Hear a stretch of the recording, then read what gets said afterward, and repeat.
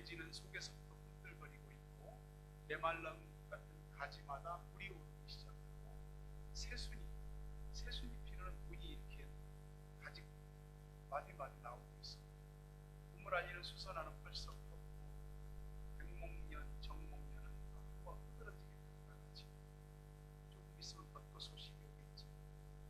이런 좋은 소식이 오는 것처럼 오늘도 예배드리는 여러분들에게 하나님의 은혜와 성령께서 비추시는 따사로운 햇살 같은 축복이 임하게 되길 주의 이름으로 축원합니다. 여러분 신령과 삶과 가정과 자녀에게 드리워진 어두움, 두려움, 모든 것들 또한 예수 그리스도의 이름으로 추방되기를 주의 이름으로 축원합니다. 인사하십시오. 사랑합니다. 축복합니다. 할렐루야. 또 한 번 더 가르침을 받아 성도 교제를 나눕시다. 아멘. 지난 금요일이죠. 금요기도회 때 이렇게 와서 금요기도회 설교를 하려고 제가 앉았는데 주일학교 학생 2명이 저한테 와서 목사님 힘내세요 그래서 저한테 그림과 편지를 보냈습니다. 아마 십자가가 머리 위에 있는 게 저 같은데 나는 성은수라는 어린이하고 이채연이라는 어린이 보내드렸습니다. 채연이라는 어린이가 편지를 썼는데 어떻게 썼냐면요, 목사님에게 목사님 우리를 위해 밥을 안 드시고 기도해 주셔서 감사합니다. 이제 알겠어요 얼마나 목사님이라는 직업이 힘든 건지. 그래서 우리가 힘내시라고 편지와 그림을 준비했어요. 그림은 은수와 이모가, 편지는 제가 준비했어요. 제가 만약에 목사님이었다면 부끄러워서 못했을 거예요. 말씀을 우리에게 전해주셔서 감사합니다 이렇게 보냈어요. 하나님께서 제게 뜻하신 바가 있어서 금식을 명하셨고 이제 금식하는 중에 있습니다. 이번 주 토요일이면 금식이 마쳐지게 되거든요. 꼭 3주 금식을 마치는데 하나님께서 힘은 많이 주십니다. 아이들이 이 편지를 그림을 보내면서 제가 애들이 엄마한테 들었는가 보다. 목사님 금식하는 거. 와서 목사님 밥 언제 먹어요? 그러면서 제게 얘기하는데 저는 그거를 애들과 목사의 교제라고 생각했습니다. 여러분도 좀 애들하고 똑같은 마음이 있습니다. 교회는 혼자 다니는 것 아닙니다. 신앙생활은 혼자 하는 것 아닙니다. 교제입니다. 위로는 하나님과의 교제고 수평적으로는 사람과의 교제입니다. 근데 이 사람과의 교제가 굉장히 중요합니다. 사람과의 교제가 잘못되면 하나님과의 관계도 망가질 수 있습니다. 우리가 우리나라 사람들 햇빛 좋아하는데 햇빛 쬐는데 딱 나가면 우리도 일광욕 하잖아요. 바닷가에 가면 해수욕하고 숲속에 들어가면 산림욕하죠. 숲속에 들어가면 코끝에 와닿는 그 숲의 향기가 있습니다. 그게 어디서 나는 건지 아세요? 꽃들도 향기가 있고 다 있지만 나무마다 자기의 독특한 나무의 향기를 냅니다. 그걸 피톤치드라고 합니다. 아시죠? 피톤치드가 각 나무마다 뿜어내는데 나는 이런 나무야 하고 자기를 뿜어냅니다. 그리고 또한 그 피톤치드를 뿜어내면서 여기는 내 경계야, 내 영역이야 라고 하는 거죠. 들어오지 마 하는 것과 같은 자기를 표현하는 겁니다. 근데 그 피톤치드가 나무마다 이렇게 하나하나 모이다 보니까 숲에 들어가면 상쾌한 거예요. 머리도 맑아지기도 하고요. 때로는 어떤 질병이 치유되기도 하고요. 삶의 안정과 평안과 휴식을 누리기도 합니다. 우린 예수 믿는 사람들인데 각자 다 독특한 자기의 성질과 기질들이 있습니다. 자기만이 뿜어내는 피톤치드가 다 있다고요. 근데 각 사람마다 자신만의 피톤치드를 이야기하기 시작하면은 어떻게 교회 안에서 아름다운 화합과 하모니와 교제를 이룰 수 있습니까? 각자가 자신을 드러내는 무엇을 뿜어내는데 어떤 사람은 그냥 사람 냄새만 나는 사람이 있어요. 근데 어떤 사람 분명히 사람 냄새가 나는데 예수님 향기도 같이 나는 사람이 있어요. 교회가 하나 되고 연합되는 데는 자기만의 향기는 안 되는 겁니다. 예수님의 향기가 같이 나와야지 누구든지 우리 교회에 들어와서 교회에 들어가니 참 말로 설명은 다 안 되는데 편안하더라, 편하더라, 따뜻하더라, 뭔가 좀 은혜가 있더라, 이런 게 나오는 겁니다. 교회 안에 있는 사람들이 다 신앙이나 인격적으로 괜찮고 천사냐? 아닙니다. 교회 안에 사람 모습 그대로 있습니다. 사람 냄새 그대로. 여러분이 자기 자신의 냄새만 내면은 교회는 교회 꼴이 안 될 겁니다.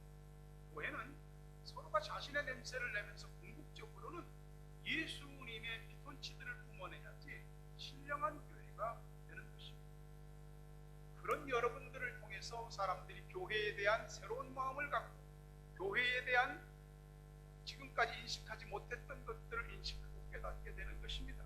교회를 다니면서 흔히 사람 보고 교회 다니면 안 돼, 하나님 보고 다녀야지, 이런 말을 듣는데 그것도 말이죠, 어느 정도 신앙의 수준 있는 사람들한테 통하는 말입니다. 교회 가면 하나님은 안 보이고 사람만 보입니다. 그러니까 하나님 소리는 안 들리고 사람 소리만 들리는 겁니다. 그러다 보니까 사람의 말이 하나님의 말보다 더 영향력이 있는 겁니다. 이게 뭐가 잘못되어 있는 거예요. 근데 실제로 그렇습니다. 믿음의 뿌리를 내는 데 있어서 하나님하고만 잘 되면 될 것 같아도 사실은 사람하고 관계가 되어 있는 겁니다. 하나님과의 관계가 놀랍게도 사람과의 관계, 교제가 어떻게 이루어지느냐에 따라서 하나님과의 관계가 결정되는 것입니다. 교회 안에서 누군가 교제하고 인간관계와 신앙적인 유대관계를 맺는다고 하는 것은 그 신앙이 얼마나 건강하고 바르냐를 측량할 수 있는 한 가지 방법이죠. 안 믿으려면 모르지만은 믿으려고 교회에 들어와서 믿으려고 신앙생활을 한다면은 그렇게 믿어보려고 하는 사람들, 잘 믿는 사람들, 그 사람들이 눈에 들어올 겁니다. 그 사람들은 어떻게 믿는가? 저 사람들은 신앙생활을 어떻게 하는가? 이런 것들을 유심히 보게 됩니다. 그래야 됩니다. 신앙생활하면서 정말 중요한 건 하나님은 변치 않아. 사람을 잘 만나야 돼요.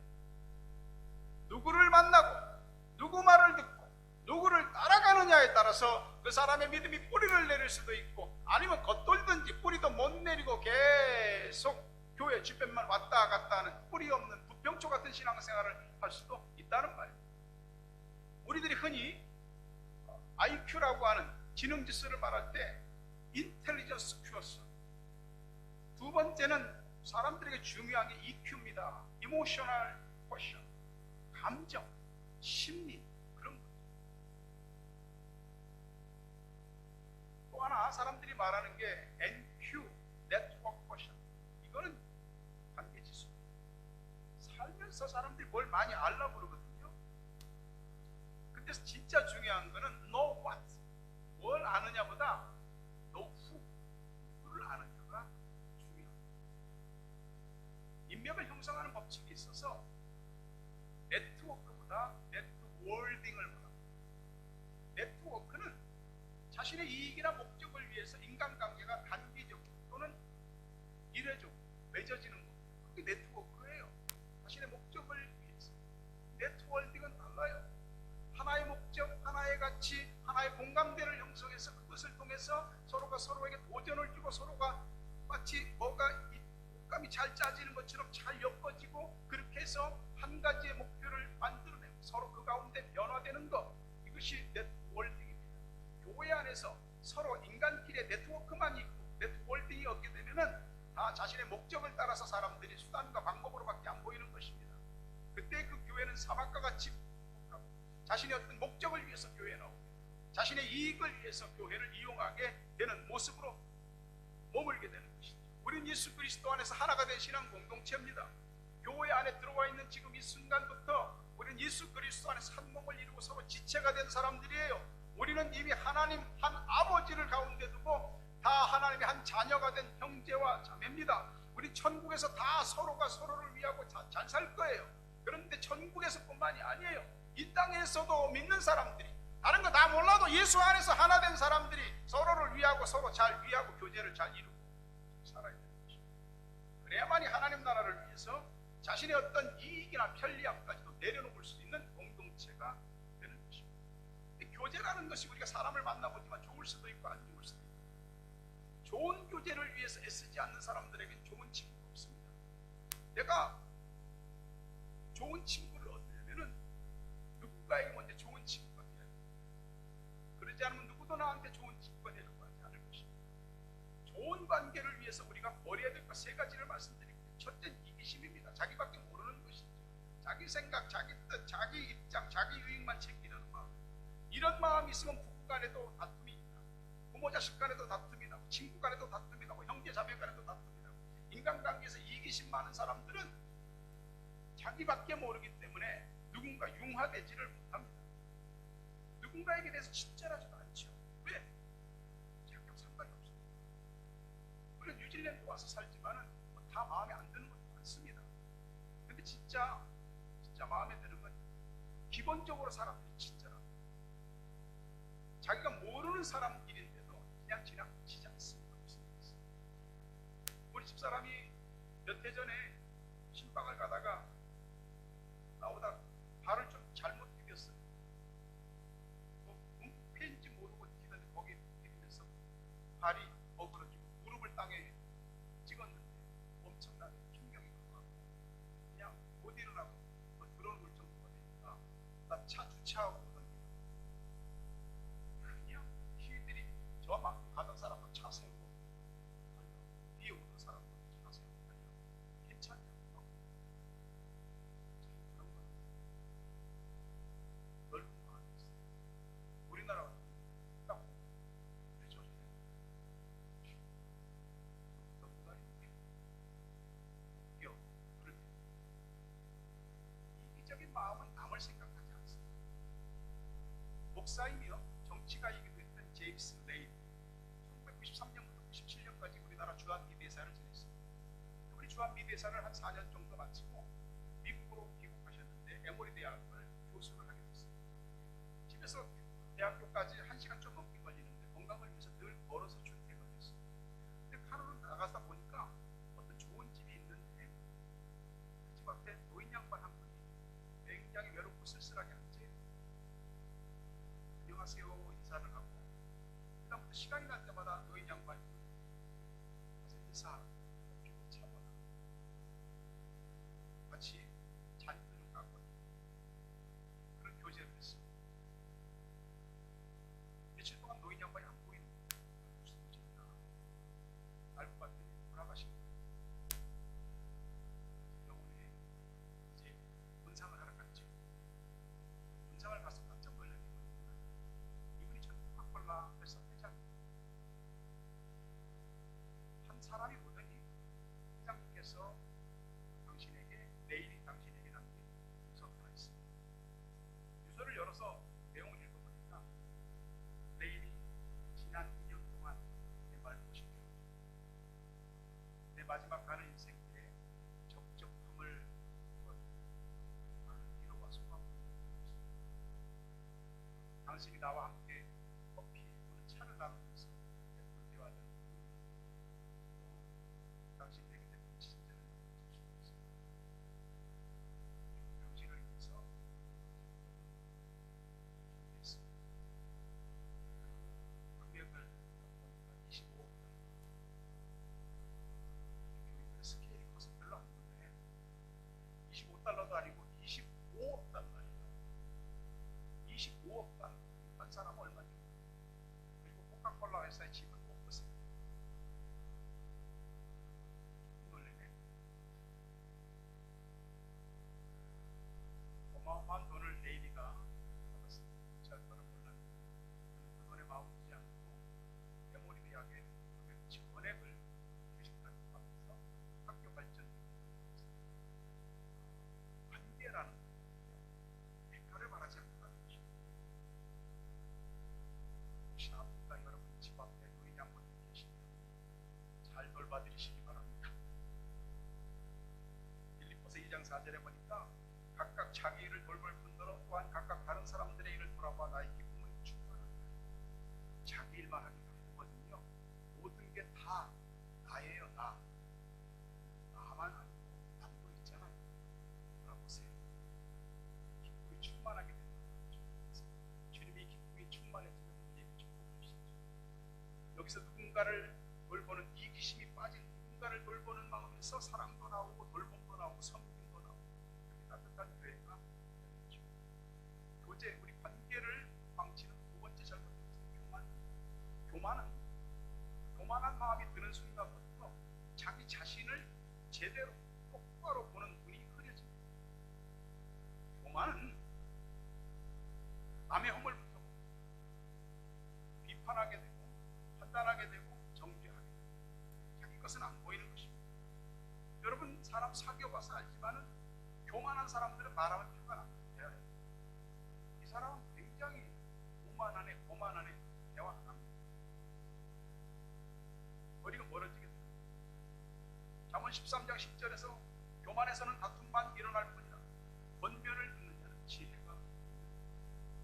교만한 사람 둘만 모이면 싸움이 그친다는 거예요. 교만은 하나님의 것이 아니에요. 교만의 기원은 마귀지. 마귀는 하나님이 되려고 했습니다. 에스겔서 이사야서의 말씀을 보면 내가 내 보좌를 하나님 보좌 위에 높이세요. 하나님보다 높아지리라 말합니다. 교만은 마귀의 것입니다. 마귀로부터 온 것입니다. 그래서 하나님은 그 교만 때문에 개인, 가정이든 어떤 단체든 교회든 화평이 깨뜨려져 분열과 다툼이 일어나는 것을 싫어하십니다. 그래서 교만한 자들을 하나님이 대적하시고 미워하십니다. 잠언 15장 25절에 여호와는 교만한 자의 집을 버시며 교만한 사람의 집을 허물어 버리십니다. 잠언 16장 18절에 교만은 패망의 선봉이요 거만한 마음은 넘어짐의 앞잡이다. 상식적으로 얘기해서 여러분 교만한 사람 되겠습니까? 겸손한 사람 되겠습니까? 그러면 여기 주일학교 애들이었으면 겸손한 사람이에요 이렇게 다 얘기했을 거예요. 겸손한 사람이 되십시오. 겸손은 다툼이 없습니다. 겸손은 교제가 이루어지게 합니다. 겸손은 사람과 사람의 사귐이 있게 합니다. 저 사람은 겸손하다고 해서 누가 하찮게 보고 비웃음거리로 만들지 않습니다. 겸손한 사람을 더 높여주게 되어 있는 것이에요. 세 번째 우리가 교제에서 버려야 될 게 분노입니다. 분노는 관계를 파괴하고 야고보서 1장 19절부터 20절 보니까 내 사랑하는 형제들아 너희가 알지 사람마다 듣기는 속히 하고 말하기는 더디 하며 성내기도 더디 사람이 성내는 것이 하나님의 의를 이루지 못합니다. 성질 나는 대로 성질을 다 내는 건 여기서 누구나 다 허물이 있죠. 누구나 다 실수가 있고 우린 누군가에게 상처를 받기도 하고 누군가에게 상처를 주기도 합니다. 근데 우리는 자기가 받은 상처만 기억하는 거예요. 자기가 손해본 것만 기억하는 거예요. 자기도 누군가한테 그렇게 한 것은 전혀 모르는 것입니다. 부부 사이에도 부모 자식 간에도 인간관계에서 교회 안에서도 그렇습니다. 부모와 자식 중에 누가 더 상처를 많이 받을까요? 당연히 부모가 상처를 많이 받습니다. 자식 때문에 상처를 받습니다. 그 멍울이 파라진 멍울이 암으로써 사라지기도 전에 또 멍이 되는 거예요. 자식 때문에 그런 겁니다. 그러면 교회에서 목사와 교인 가운데 누가 더 상처를 많이 받을까? 목사와 사모가 제일 많이 받습니다. 여러분 자식 한둘 데리고도 속상하고 마음에 멍들 때가 있는 거예요. 교인들 애들까지 100한 20, 30명 되는 사람 더 큰 목회를 하시는 분들은 더 머릿속이 가라앉는 날이 없고 마음에 멍이 가실 날이 없어요. 골로새서 3장 13절 14절 보면 누가 누구에게 불만이 있거든 서로 용납하여 피차 용서하되 주께서 너희를 용서하신 것 같이 너희도 그리하고 이 모든 것 위에 사랑을 더하라 이는 온전하게 매는 띠니라. 분노는 백해무익이요 아무런 유익이 없습니다. 분명한 것은 분노가 있는 곳에는 마귀가 반드시 있다는 겁니다. 잠언 29장 11절에 어리석은 자는 자기의 분노를 다 드러내도 지혜로운 자는 그것을 억제한다고 했습니다. 분노는 마치 시위를 떠난 화살처럼 멈출 줄을 모릅니다. 자신이 불을 붙이고 자신이 불을 못 끌 정도로 분노에 불타버리는 그거 위험한 겁니다. 자기 자신이 다 불타버리게 돼 있어요. 내가 누군가를 향해서 날리는 화살을 멈추지 않으면 하나님께서도 나에게 날아오는 화살을 멈추게 해주시지 않을 겁니다. 우리가 십자가의 은혜로 값없이 죄 용서를 받았다는 확신이 분명하다면 누군가에 대해서도 용서를 할 수 있어야죠. 우리가 말씀을 받지만 주께서 너희를 용서하신 것 같이 용서하라고. 주기도문을 우리가 주일 예배 때마다 또 여러 예배 때마다 주기도문을 합니다. 그 주기도문에 뭐라고 그랬습니까? 마태복음 6장 12절에 보니까 우리가 우리에게 죄 지은 자를 사하여 준 것 같이 우리 죄를 사하여 주시오. 더 나아가서 마태복음 6장 14절 15절 보면 너희가 사람의 잘못을 용서하면 너희 하늘 아버지께서도 너희 잘못을 용서하시리라. 너희가 사람의 잘못을 용서하지 않으면 너희 아버지께서도 너희 잘못을 용서하지 아니하신다. 무조건적으로 용서하시는, 값없이 은혜로 용서하시는 하나님께서 사람을 용서하는 부분에 있어서는 반드시 상대적이라고 말씀하십니다. 상대 급부적이야. 네가 그 사람을 용서하지 않으면 나도 너 용서하지 않을 거야. 네가 그렇게 무자비하게 해 나도 너 용서하지 않을 거야 라고 하나님이 말씀하는 겁니다. 하나님이 용서하지 않으면 사람이 용서하지 않는 것과는 게임이 되지 않는 겁니다. 여러분, 우리는 십자가에서 이미 죄 용서함을 받은 사람입니다. 그러면 우리가 완전하고 금과 티가 없는 거룩한 의인이 됐습니까? 아니죠. 십자가 은혜로 죄 용서를 받았지만 여전히 우리 속에는 죄성이 있어서 죄가 마음속으로, 생각 속으로, 입으로, 행동으로, 어떤 짓거리들로 나타나게 된다 이 말이에요. 우리 완전한 의인이 아니에요. 우린 성화되어져 가는 거죠. 그렇기 때문에 지금도 여전히 실수가 있고 죄가 있고 악을 저지르고 잘못할 수 있는 겁니다. 그러니 지금도 하나님의 용서가 우리들에게 필요하다는 말이에요. 왜 누구를 용서하지 못해? 그것은 자기가 하나님이 됐기 때문에. 하나님이 앞으로도 우리 죄를 용서해 주시는 게 얼마나 많은데 용서받지 못할 짓을 왜 하냐 이 말이죠. 용서하지 않으면 하나님도 나를 용서하지 않는다. 용서하는 사람은 이미 심령의 천국이 임한 것입니다. 여러분, 교회 안에서 성도의 교제를 가로막는 이기심과 교만과 분노 여러분에게서 떠나보내시기 주의 축원합니다. 성도의 교제에 대해서 성경은 분명히 얘기합니다.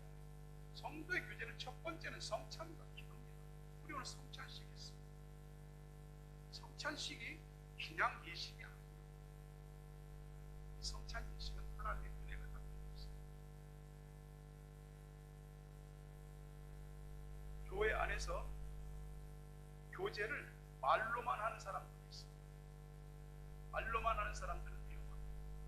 잠언 11장 13절에 두루다니며 한담하는 자, 한담하는 사람들은 쓸데없는 말을 많이 하는 사람, 쓸데없는 말을 하는 사람. 한담하는 사람은 남의 비밀을 절대 얘기하지 마. 하면 그 사람이 그 얘기까지 하고 절대 얘기하지 말라고 했어. 진짜 얘기해야 될 것은 얘기해야 돼. 쓸데없는 말들은 이 사람 저 사람 이 집 저 집 다니면서 한담하지 말아야 돼요. 그런 사람들이 우리 비밀을 누설하는 겁니다. 신실한 자는 그런 것을 숨겨줍니다.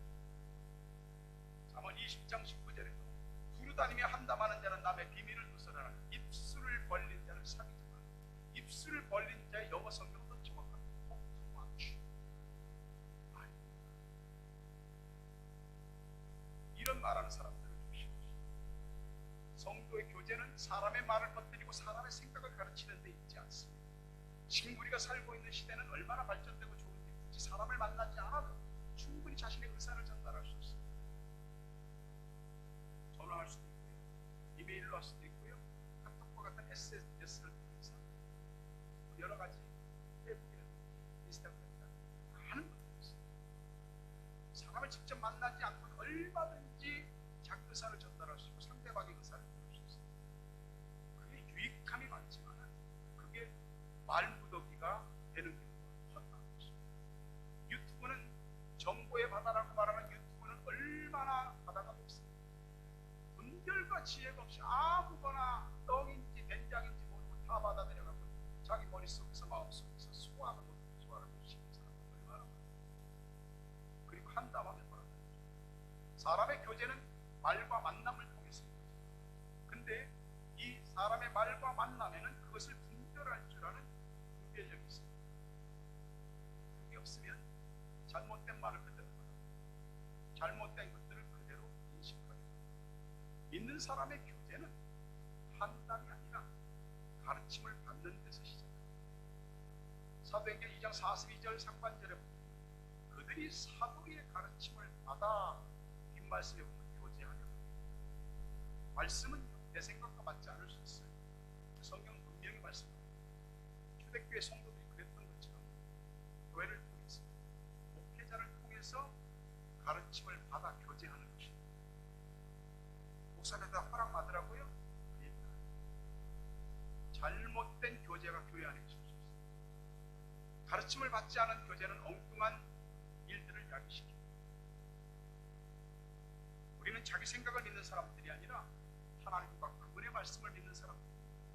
말씀이 분명 우리들에게 사도들의 가르침을 받아 사도행전 2장 42절 하반절에 서로 교제하고 떡을 떼며 오로지 기도하기를 힘씁니다.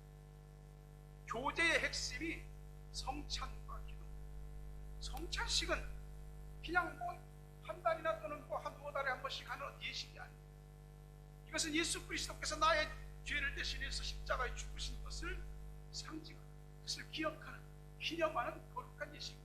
이 성찬 예식을 통해서 예수와 내가 하나로 연합된 것을 확신하게 되는 것입니다. 성찬 예식을 통해서 내가 예수의 사람임을, 성찬 예식을 통해서 예수의 고난을 내 삶에 채우고, 또한 성찬 예식을 통해서 함께 믿음의 성도 형제 자매들이 주 안에서 하나가 된 가족이라는 것을 확신하게 되는, 주님이 내가 다시 올 때까지 이 예식을 기념하고 지키라고 하신 겁니다. 이 성찬 예식이 얼마나 중요한지, 교제의 가장 핵심이 성찬인 것입니다. 이 거룩하고 은혜로운 성찬 예식을 함부로 대하면 안 되죠. 초대교회, 특히 고린도 교회는 성찬 예식을 함부로 대했습니다. 오늘날과 같이 이렇게 조그만 전병이나 또는 조그만 포도주잔이 아니고 초대교회 당시에는 큰 빵들을 쭉 놨어요. 그리고 포도주를 봉이채 놓고 있었어요. 그러니 사람들이 와서 성찬 예식을 하기도 전에 그냥 와서 빵 다 먹고 포도주 마시고 취하고 헛소리 해대고, 사도 바울이 말하기를 먹고 싶으면 집에 가서 먹어. 집에 가서 먹어. 성찬 예식을 함부로 더럽혔다 이 말이에요. 그러면서 바울이 고린도 교회를 향해서 엄히 하는 말씀이 고린도전서 11장 26절부터 30절.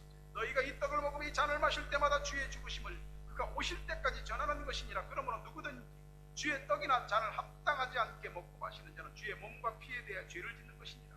사람이 자기를 살피고 그 후에야 이 떡을 먹고 이 잔을 마실지 주의 몸을 분별하지 못하고 먹고 마시는 자는 자기 죄를 먹고 마시는 것이니라. 그러므로 성찬식 잘못해서 너희 중에 약한 자, 병든 자가 많고 잠자는 자도 적지 않다.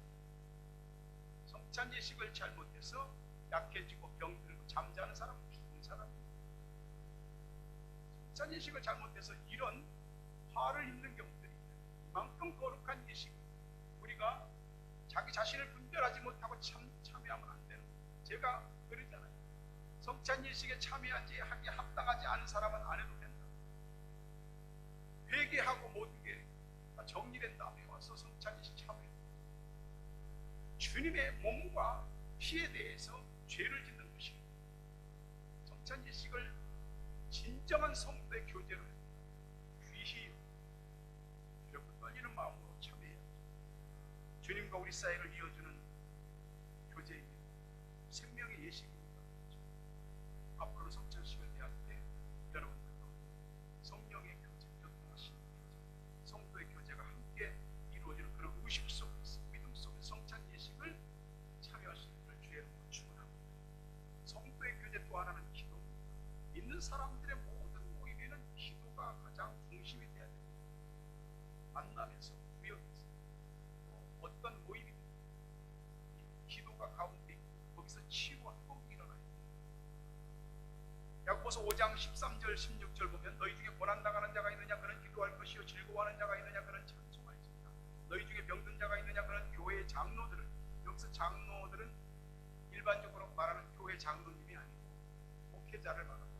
목회자는 가르치는 장로와 다스리는 장로, 목회자를 말합니다. 교회의 장로들을 청할 것이요 그들은 주의 이름으로 기름을 바르며 그를 위하여 기도할지니라. 믿음의 기도는 병든 자를 구원하니 주께서 그를 일으키시리라. 혹시 죄를 범하였을지라도 사하심을 받으리라. 같이 읽습니다. 그러므로 너희 죄를 서로 고백하며 병이 낫기를 위해 서로 기도하라. 의인의 간구는 역사하는 힘이 큰 모든 모임에 기도가 있습니다. 거기 죄가 서로 고백되어지고 또 치유, 병이 낫는 역사가 있습니다. 이런 성도의 교제가 타오랑과 샘물교회 안에 일어나기를 간절히 바랍니다. 성도의 교제 세 번째는 통용입니다. 필요한 걸 채워주는 거죠. 교제한다는 건 사귄다는 것인데 누군가와 친밀한 교제가 이루어진다는 것은 내 것만을 고집하고 내 뜻만을 주장해서 절대 사귐이 이루어지지 않습니다. 자기 자신을 낮추고 내어놓음이 있어야 이게 사귐이 가능한 것입니다. 초대교회 때 그랬습니다. 사도행전 2장 44절 45절 보니까 같이 읽습니다. 믿는 사람이 다 함께 있어 모든 물건을 서로 공유하고 또 재산과 소유를 팔아 각 사람의 필요를 따라 나눠주고 서로 필요한 대로 나누고 공유하는 거예요. 자기 재산과 소유를 팔아서 우리 보고 이렇게 하라고 그러면은 목사님 부담스러운 얘기를 하지 마십시오. 그렇습니다. 근데요, 우리가 꼭 어떤 물질적인 것을 누구와 나누는 것도 중요해요. 꼭 그러지 못할 때 누군가 힘들고 지치고 약하고 병든 사람들, 삶의 의미를 많이 잃은 사람들에게 마음으로 다가가시고 그들에게 손 내밀어 손을 잡아주시고 그들을 이끌어주고 그것이 얼마나 귀한 일입니까? 이 교회에 그런 모습이 보이지 않는 따뜻한 분위기를 만들어주시고 여러분들 가운데 진짜 누가 필요하다면 야고보서의 말씀, 야 누가 춥다 그러면 야 좀 따뜻하게 입어, 배고파면 밥 먹어, 그렇게 말로만 하지 말고 먹을 것도 주고 입을 옷도 주라 이 말이죠. 이럴 때에 바로 성도의 교제가 이루어지는 것입니다. 끝으로 한 가지입니다. 성도의 교제는 모임에 있습니다.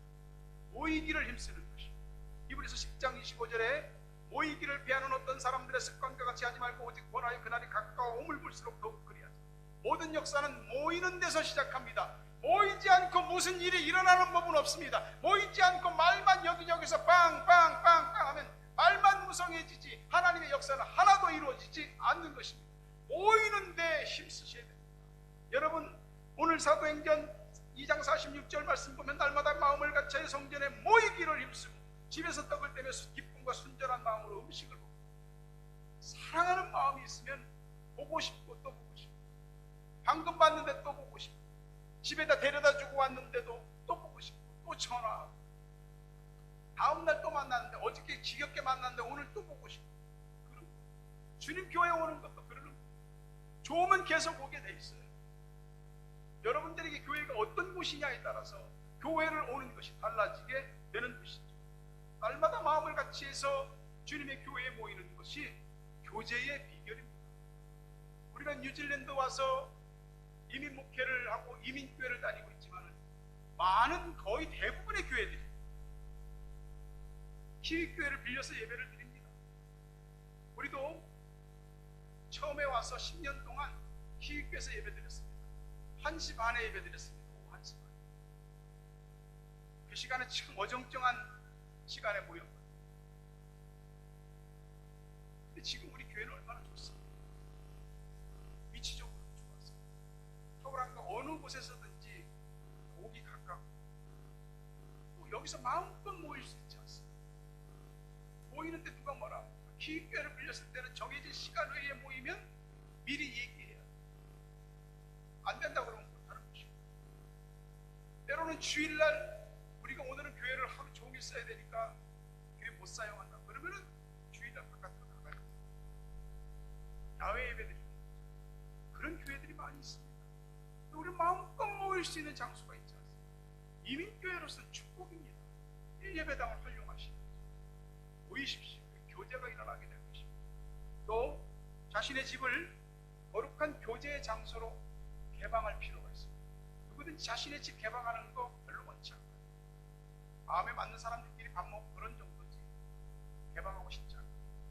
음식을 나누십시오. 음식을 나누는 것만큼 친밀한 것이 없습니다. 한국 사람들 가장 잘하는 자 내가 밥 살게. 밥 사는 거 한국 사람들 좋아. 우리 교회요. 처음 시작할 때 아까 1시 반 예배 드렸다고 그랬죠? 1시 반에 예배 시작해서 2시 40분, 45분 이 정도 돼 예배 끝납니다. 그러면 다 정리하고 3시 한 10분, 3시에서 3시 10분 사이에 밥을 먹습니다. 그래 왔습니다. 밥을 먹습니다. 교회에서 처음 2년 동안은 주방도 못 사용하게 해서 사모님이 밥을 집에서 국하고 다 끓여가고 반찬하고 해갖고 교회 가지고 그럼 예배 다 끝나면 그거 다 차에다 그대로 놨다가 공원으로 가고 공원에서 공원까지 가면 3시 반 정도 돼요. 그때 처음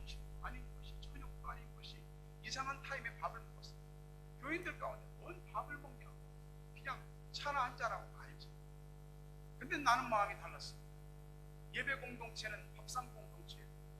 사람과 같이 먹는 것에서 정이 나는 것이고, 먹는 것에서 같은 식구라고 하는 공질성을 갖게 되는 것입니다. 주일날 우리가 이 예배 끝나고 밥 먹는 건 진짜 정상적으로 잘 먹는 거예요. 밥 안 먹어도 되지만 밥 먹어야 돼요. 그만큼 음식을 대접하면서 교제하는 것은 성도의 교제 중요한 부분을 차지합니다. 먹고 마시는 것으로 끝나지 말고 하나님을 찬미하라고 그랬습니다. 그럴 때에 우리의 모든 모임이 사람들의 칭송까지 받게 되는 것이죠. 초대교회가 달리 부흥하는 게 아닙니다. 예배, 말씀, 기도, 그리고 성도의 교회 중심, 성도의 참된 교제가 이루어졌을 때 교회가 부흥했다 이 말입니다. 47절 말씀을 다 같이 읽습니다. 하나님을 찬미하며 또 온 백성에게 칭송을 하더니 주께서 구원받는 사람을 날마다 더하게 하시니라.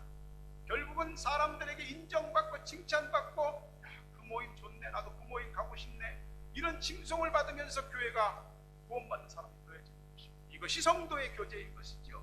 여러분 자신의 가정이 잘 되고 자녀들이 잘 되는 마음이 간절하죠. 그런 마음처럼 여러분이 출석하고 있는 교회도 잘 되고 부흥하기를 간절히 바라는 마음이 들기를 바랍니다. 좋은 교회가 되고 믿음의 뿌리를 내리는 일은 많은 시간과 또 투자가 필요합니다.